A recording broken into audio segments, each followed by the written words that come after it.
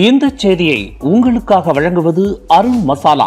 1983 ஆண்டிலிருந்து தரத்துடன் தன்மை மாறாத அறுசுவை சமையலுக்கான அருண் மசாலா.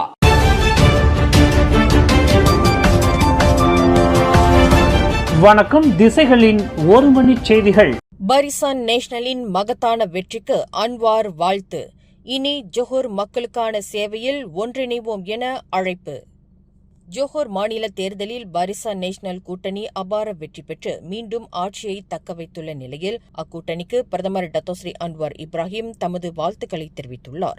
இது தொடர்பாக அவர் வெளியிட்டுள்ள அறிக்கையில், தேர்தல் நிறைவடைந்த நிலையில் இனி அனைவரும் ஒன்றிணைந்து வளமான முன்னேற்றமான ஜோஹரை உருவாக்குவதற்காக செயல்பட வேண்டிய நேரம் வந்துவிட்டதாக குறிப்பிட்டுள்ளார். ஜோஹர் மாநிலத்திற்கும் அதன் மக்களுக்கும் சிறந்த முறையில் சேவை செய்யும் வகையில் பரிசான் நேஷனல் தனது பொறுப்புகளை நிறைவேற்றும் என தாம் நம்புவதாகவும் அன்வார் தெரிவித்துள்ளார். அதேவேளையில் ஜோஹரின் வளர்ச்சிக்கான கூட்டரசு அரசாங்கத்தின் அர்ப்பணிப்பு தொடரும் என்றும், மாநிலத்தின் மேம்பாட்டு திட்டங்களை மேலும் வலுப்படுத்தி மக்களின் நலனையும் வாழ்க்கை தரத்தையும் உயர்த்துவதற்காக அரசாங்கம் தொடர்ந்து ஒத்துழைக்கும் என்றும் அன்வார் உறுதியளித்துள்ளார்.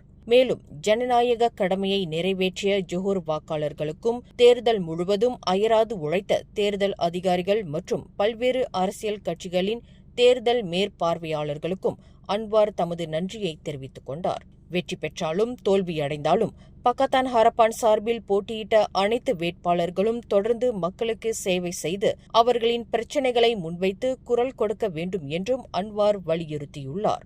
இதற்கிடையில் ஜோஹர் மாநில தேர்தலுக்கான பக்கத்தான் ஹரப்பானின் தேர்தல் இயக்குநர் அமீருடின் ஷாரி வெளியிட்டுள்ள அறிக்கையில், பக்கத்தான் ஹரப்பான் கூட்டணி மொத்தம் 8 தொகுதிகளில் வெற்றி பெற்றுள்ளதாக அறிவித்துள்ளார். அவற்றில் ஜாசேகா 6 தொகுதிகளிலும், PKR மற்றும் அமனா கட்சிகளானது தலா 1 தொகுதியிலும் வெற்றி பெற்றுள்ளன. ஜோஹர் மாநில தேர்தலில் மொத்தமுள்ள 56 தொகுதிகளிலும் பக்கத்தான் ஹரப்பான் வேட்பாளர்களை களம் இறக்கியிருந்தது குறிப்பிடத்தக்கது. ஜோஹர் மாநில சட்டமன்ற தேர்தலில் பெரிதும் எதிர்பார்க்கப்பட்ட ஸ்கூடாய் தொகுதியில் பக்கத்தான் ஹரப்பான் கூட்டணியின் ஜாசேகா வேட்பாளர் கார்த்தியாயினி ஜெயபாலன் அபார வெற்றி பெற்று தனது கோட்டையை தக்க வைத்துக் கொண்டுள்ளார். ஒரு வழக்கறிஞரான கார்த்தியாயினுக்கு 39,821 வாக்குகளும், அவரை எதிர்த்து போட்டியிட்ட மாசிசாவைச் சேர்ந்த பரிசான் நேஷனல் வேட்பாளர் நிக்கோல்தான் யாங்கியிற்கு 25,541 வாக்குகளும் கிடைத்தன. ஸ்கூடாய் தொகுதியில் பரிசான் நேஷனல் கூட்டணியுடன் பிர்சமா, PSM என இரு கட்சிகளும் போட்டியிட கார்த்தியாயினி 4 முனை போட்டியை எதிர்நோக்கியிருந்தார். இந்நிலையில் 15,280 வாக்குகள் பெரும்பான்மையில் கார்த்தியாயினி அபார வெற்றி பெற்றுள்ளார்.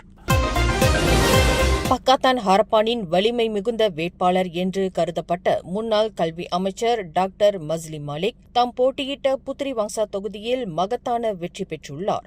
டாக்டர் மஸ்லி மாலிக்கிற்கு 41,821 வாக்குகளும், மாசிசாவைச் சேர்ந்த பரிசான் நேஷனல் வேட்பாளர் தியோ சியாலிங்கிற்கு 36,077 வாக்குகளும் கிடைத்தன. கடந்த தேர்தலில் மூடா கட்சியைச் சேர்ந்த வேட்பாளர் அமீரா ஆயிஷா அப்துல் அசீஸ் வெற்றி பெற்ற இத்தொகுதியை முதல் முறையாக பக்கத்தான் ஹரப்பான் கைப்பற்றியுள்ளது.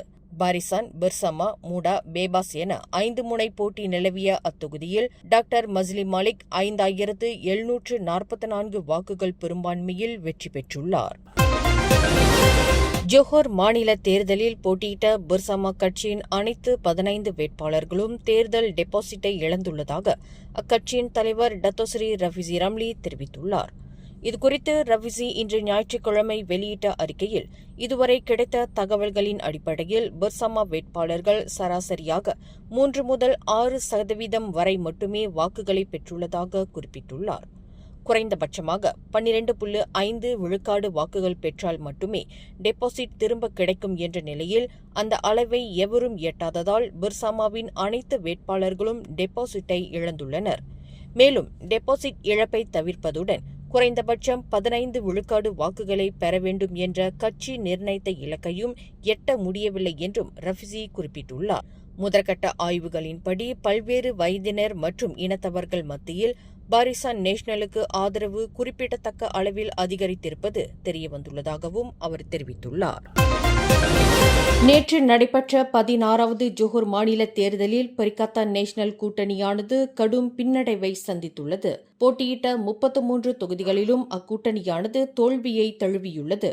இத்தேர்தலில் பர்சத்து சார்பில் 16 வேட்பாளர்கள், பாஸ் கட்சி சார்பில் 11 வேட்பாளர்கள், மலேசிய இந்தியர் மக்கள் கட்சி சார்பில் 5 வேட்பாளர்கள், பெஜுவாங் கட்சி சார்பில் 1 வேட்பாளர் என மொத்தம் 33 வேட்பாளர்களை பரிகத்தா நேஷனல் கூட்டணி களம் இறக்கியிருந்தது.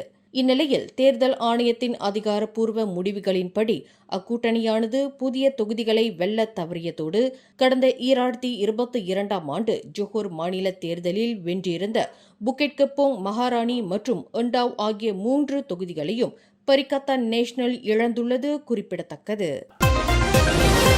ஷாலாம் தமன் ஸ்ரீமுடா பகுதியில் உள்ள பயன்படுத்தப்பட்ட கார் விற்பனை நிலையத்தில் ஹோண்டா சிவிக் காரை சோதனை ஓட்டம் செய்வதற்காக கூறி எடுத்துச் சென்ற தப்பியோடிய நபரை போலீசார் தேடி வருகின்றனர். இதுகுறித்து ஷாலாம் மாவட்ட போலீஸ் தலைவர் சருடின் சமா வெளியிட்டுள்ள தகவலில், உள்ளூர் நபரான சந்தேக நபர் முதலில் வாகன உரிமையாளரை தொடர்பு கொண்டு காரை வாங்க விருப்பம் தெரிவித்ததாகவும், பின்னர் நேற்றிரவு சுமார் 8:30 மணியளவில் கார் விற்பனை நிலையத்திற்கு வந்ததாகவும் குறிப்பிட்டுள்ளார். அதன் பின்னர் 30 ரிங்கெட் ரொக்கமாக கொடுத்து காரை வாங்கப் போவதாக கூறிய அந்நபர் சோதனை ஓட்டம் செய்ய அனுமதி பெற்று அங்கிருந்து காருடன் தப்பி ஓடியதாகவும் சருடின் சமா தெரிவித்துள்ளார். இந்நிலையில் காருடன் மாயமான அந்நபரை பிடிக்கும் முயற்சியில் போலீசார் இறங்கியுள்ளனர். ரவாங்கில் உள்ள பள்ளியில் மாணவர்கள் தொடர்பான பகடிவதை சம்பவம் சமூக ஊடகங்களில் வைரலானதை தொடர்ந்து சம்பந்தப்பட்டவர்கள் மீது கடுமையான நடவடிக்கை எடுக்கப்படும் என ஸ்லாங்கூர் மாநில கல்வி இலாகா உறுதியளித்துள்ளது. இச்சம்பவத்தை மிகவும் தீவிரமாக கருதுவதாக தெரிவித்துள்ள கல்வி இலாகா, தவறில் ஈடுபட்டவர்கள் மீது உரிய ஒழுங்கு நடவடிக்கை எடுக்கப்படும் என்றும் குறிப்பிட்டுள்ளது.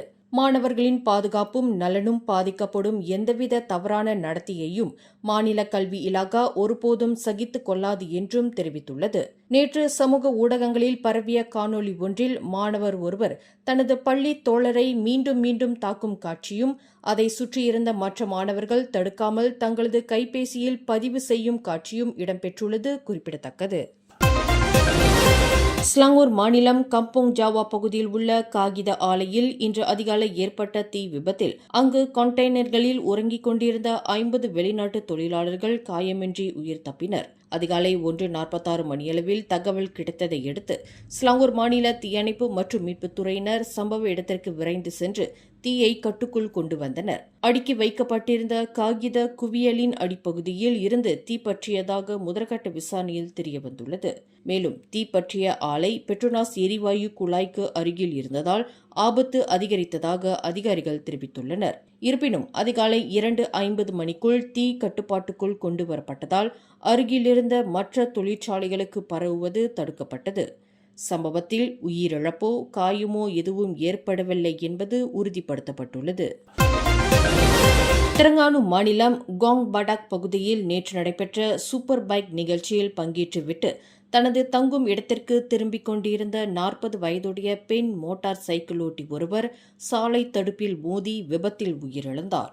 இதுகுறித்து தெலங்கானா மாவட்ட போலீஸ் தலைவர் அஸ்லி நூர் வெளியிட்டுள்ள தகவலில், நேற்று மாலை சுமார் 6:45 மணியளவில் இவ்விபத்து நிகழ்ந்ததாக தெரிவித்துள்ளார். இந்த விபத்தில் பலத்த காயமடைந்த அப்பெண் சம்பவ இடத்திலேயே உயிரிழந்தார். உயிரிழந்த பெண் ஸ்லாங்கூர் மாநிலம் பண்டார்பரு சாலத்திங்கி பகுதியைச் சேர்ந்தவர் என்றும் போலீசார் தெரிவித்துள்ளனர்.